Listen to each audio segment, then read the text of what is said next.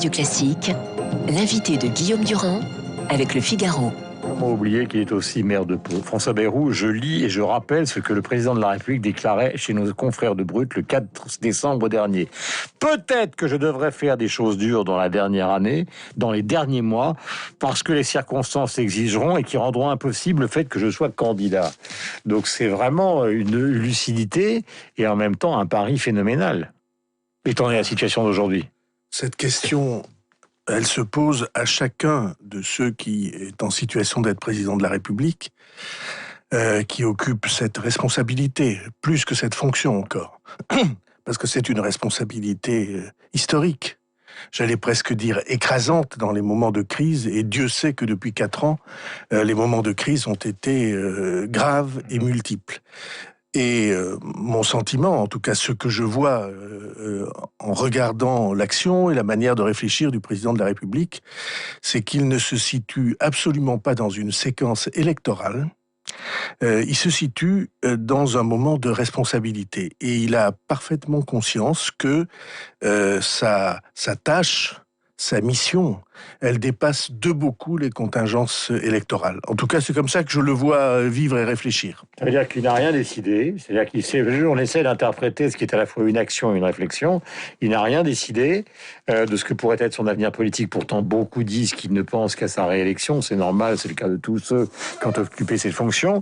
Mais que ce qu'il cherche, comme l'explique l'opinion aujourd'hui, une autre histoire à raconter et donc compléter un quinquennat qui s'est ouvert par la réforme du droit du travail ou par la suppression de la taxe d'habitation. C'est-à-dire trouver la suite de tout ça. Oui, ou par la SNCF, parce qu'il y a eu des choses très importantes de fait. Mon sentiment à moi, je peux m'exprimer à titre absolument personnel, mon sentiment à moi, c'est que la question de la réélection n'est pas présente à son esprit. La question de la nouvelle campagne électorale n'est pas présente à son esprit, et je vais vous dire quelque chose, je crois qu'elle n'est pas du tout présente dans l'esprit des Français. Mais pas du tout. Ce que les Français ont en tête, c'est la profondeur sans précédent de la crise que nous sommes en train de vivre, pas seulement sanitaire, mais tout ce qui va suivre, le long cortège de difficultés économiques, de difficultés sociales, les jeunes, c'est ça que les Français ont en tête. Et je sens que le président de la République, sur ce sujet, est en phase avec eux et qu'il ne fait pas de gestes électoralistes.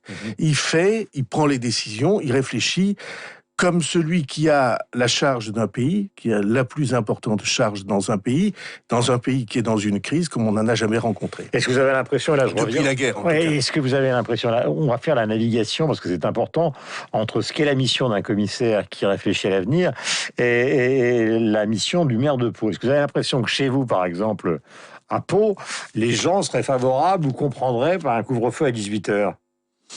Si ça doit faire reculer la maladie et si ça doit empêcher le reconfinement, je pense qu'il le comprendrait. Je pense que tout le monde a en tête cette question qui est une question menaçante et obsédante, qui est un pays qui se reconfine, qu'on remet sous cloche. Et un pays qu'on remet sous cloche, à mon sens, ça ne doit être que le dernier recours. C'est une situation, c'est une hypothèse pour les enfants, pour les familles, pour les gens qui travaillent, pour tous ceux qui sont dans la vie du pays et qui en portent une part. C'est une question qui est une menace extraordinairement contre, grave. en fait, pour l'instant. Moi, je suis pour qu'on fasse tout ce qu'on peut pour éviter le reconfinement. Mais je crois avoir déjà dit ça à votre micro il y a quelques mois. Je pense qu'un pays ne peut pas vivre sous cloche, que les liens, les rencontres, les échanges qu'on appelle sociaux, c'est-à-dire dans la société, dans notre entourage, sont une donnée essentielle pour que les personnes, les familles et les entreprises se portent bien. Je vais vous poser une question franche. Je sais quelle est la proximité qui vous lie au président de la République depuis que vous l'avez rejoint après le fameux voyage en Algérie où il avait tenu ses propos sur la colonisation. Tout d'un coup, les sondages s'étaient effondrés. Vous l'avez rejoint et il est reparti à la bataille. Et finalement, il a gagné cette présidentielle. Franchement, François Bayrou, ce matin à 8h21, est-ce que vous considérez que sur cette crise du Covid, il s'est planté ? Non. Donc je pense Pourquoi ? parce que il y a les résultats sanitaires et aujourd'hui tout le monde voit. Il s'est passé dans l'esprit public, dans la conscience de nos concitoyens, quelque chose de très important.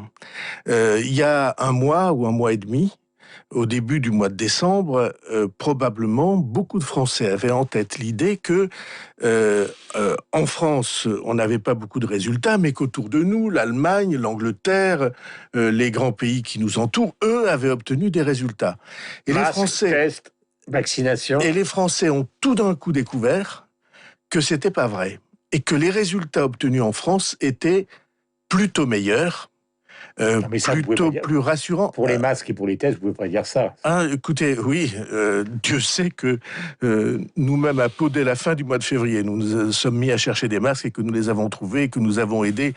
Dans toute crise de cet ordre, il y a une part d'essais et d'erreurs. Mais Attal a parlé d'un chemin différent. C'est justement ce qu'on lui reproche, puisque lui-même, pardonnez-moi de vous interrompre, mais le président de la République, finalement, dans cette interview au Journal du Dimanche, il y a une quinzaine de jours, je crois, il y a 2 semaines, après qu'Attal ait parlé d'un chemin différent, on l'a le titre, c'était la colère du président de la République, ça va trop lentement.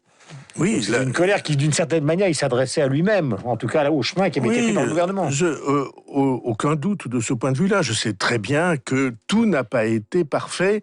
Et si vous connaissez un seul être humain ou une seule équipe d'êtres humains parfaite, présentez-les-moi, je serais très content de rencontrer ces anges purs et radieux, comme dit le poète. Donc, oui, mais ce que nous avons obtenu, la France est le pays du monde, qui a apporté le plus d'aide à ses entreprises, à ses travailleurs, à ses familles, aux gens en difficulté. Et ça, personne ne conteste. Mais vous vous rendez compte, on est à un micro d'une radio importante, il est, comme vous le disiez, 8h23, le pays du monde qui a le plus aidé les siens. Et il a le plus aidé des siens tout en obtenant des résultats sanitaires dont on voit aujourd'hui qu'ils sont au moins aussi bons que ceux qui nous entourent et sans doute meilleurs. J'espère que ça ne se dégradera pas. On a devant nous cette question de la vaccination. Pourquoi est-elle essentielle ? Parce que la vaccination, c'est le seul moyen de réouvrir le pays, l'esprit tranquille. Est-ce que nous avons des limitations sur la vaccination, ou des difficultés, ou en tout cas des éléments qui freinent ? Oui. La réponse est oui sur un seul point, qui est la disponibilité des vaccins, des doses. Parce que pour ce qui est de vacciner, alors il n'y a aucune difficulté. Nous avons monté nous-mêmes à Pau depuis le mois de février, avec des laboratoires, nous avons monté des rendez-vous où on peut faire des tests instantanément et où on a les résultats dans les 3 ou 4 heures et on en a fait jusqu'à 2000 par jour. Donc vacciner, c'est pareil. Et puis il y a une autre idée qui est évidente. Dès l'instant qu'on aura des vaccins, il y a 22 000 pharmaciens en France, 22 000 pharmaciens qu'on appelle d'officine, ceux qui sont au coin de la rue et qui sont absolument habilités à vacciner, ils le font pour la grippe.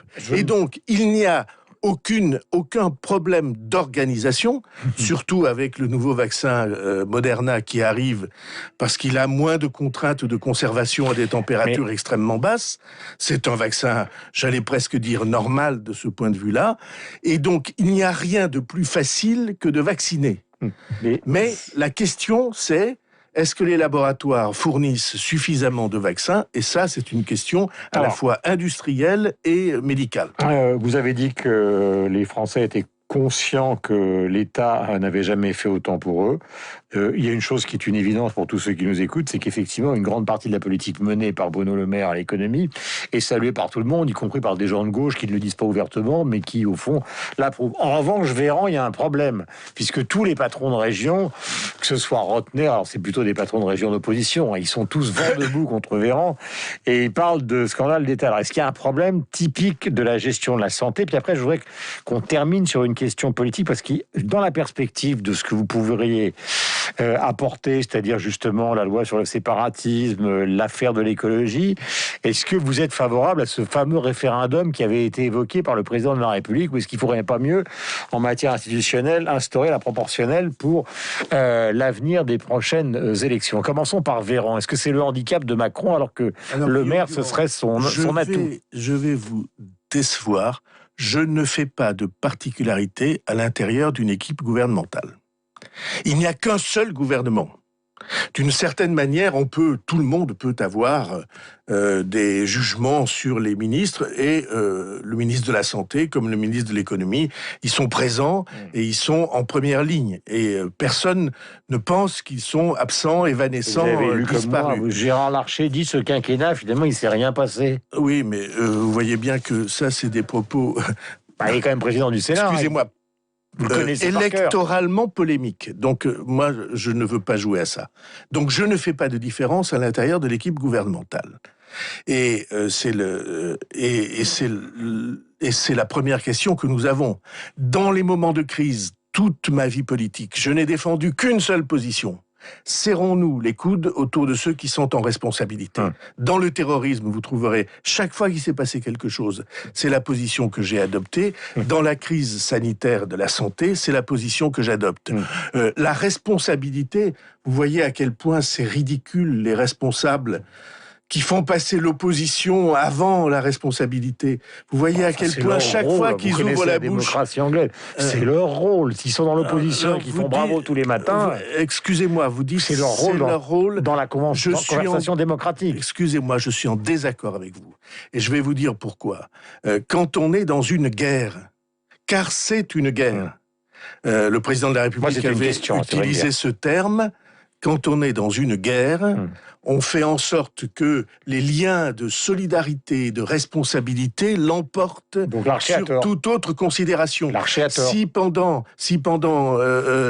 la guerre, Churchill avait été en butte perpétuellement aux critiques d'une opposition qui aurait dit « il n'y a pas assez de chars d'assaut ici » ou « il n'y a pas assez d'avions là », tout ça est ridicule. Et dans les moments graves, c'est pas comme ça qu'on fait. Alors, donc, de ce point de vue-là, après vous m'interrogez sur les institutions. Non, parce que est-ce qu'un référendum... Oui. Est-ce que ce référendum, puisqu'il nous reste 16 mois, est-ce que ce référendum est une... Moi, je ne vais même pas vous parler de politique politicienne. Est-ce que c'est une bonne affaire pour le pays de faire un référendum, en gros, sur l'écologie?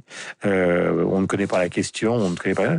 Ou est-ce qu'il ne faut pas plutôt essayer de réformer le système politique par le biais de la proportionnelle, comme vous l'avez toujours souhaité? Et une petite question sur le passeport vaccinal, et nous en aurons fini ce matin. Alors, est-ce que la démarche du référendum, la procédure du référendum, est intéressante dans les moments de crise? Ma réponse est oui. Il y a un certain nombre de sujets, je vais citer les retraites, parce que j'ai toujours défendu ce point de vue-là. Il y a un certain nombre de sujets sur lesquels les blocages sont tels que... l'ordalie, comme on disait au Moyen-Âge, le jugement suprême, le jugement du peuple, est nécessaire. Et en tout cas permet de sortir de toutes les impasses.